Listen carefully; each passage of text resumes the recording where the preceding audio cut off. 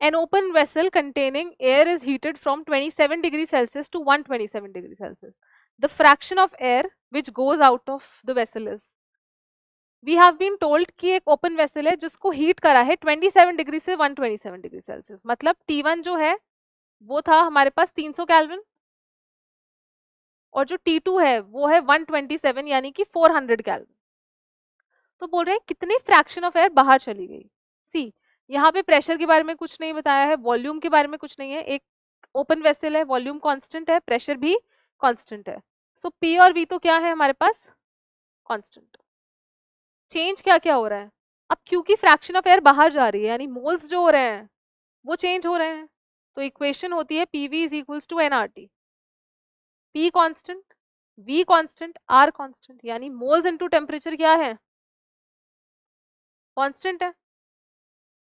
ठीक है. So I can write N1 T1 is equals to N2 T2. So N1 into 300 is equals to N2 into 400. ठीक है. अब fraction पूछा है, इसका मतलब टोटल कितना था हमारे पास 1 था. फ्रैक्शन क्या होता है, आउट ऑफ 1 ही तो बताते हैं हम कि 1/3 है, 1/2 पार्ट है या 1/4 पार्ट है. तो कितने में से बताते हैं 1 में से. तो मैं मान लेती हूँ इनिशियली 1 मोल थे हमारे पास टोटल. सो 1 into 300 अपॉन 400 ये क्या आ गया मेरे पास N2. तो N2 क्या आया 3/4. पर हमें N2 की वैल्यू नहीं बतानी है, हमें बताना है कितना फ्रैक्शन ऑफ एयर बाहर चला गया.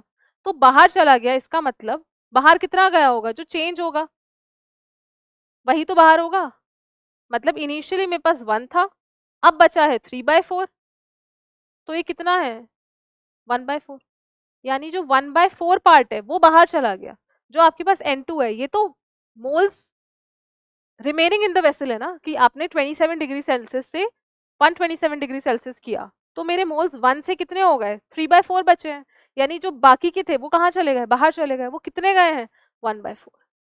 ठीक है. तो इसमें करेक्ट ऑप्शन क्या होगा, ऑप्शन नंबर बी. वो तो अच्छा हुआ इस क्वेश्चन में 3/4 ऑप्शन नहीं दिए हैं, वरना ऑलमोस्ट आधी से ज्यादा लोग 3/4 को ही करेक्ट करके आते हैं, है ना. तो 3/4 तो क्या है, रिमेनिंग मोल्स है, remaining moles in the vessel या फिर लेफ्ट मोल्स. और ये है जो बाहर निकल गए हैं, फ्रैक्शन विच गोज आउट, है ना. ठीक है.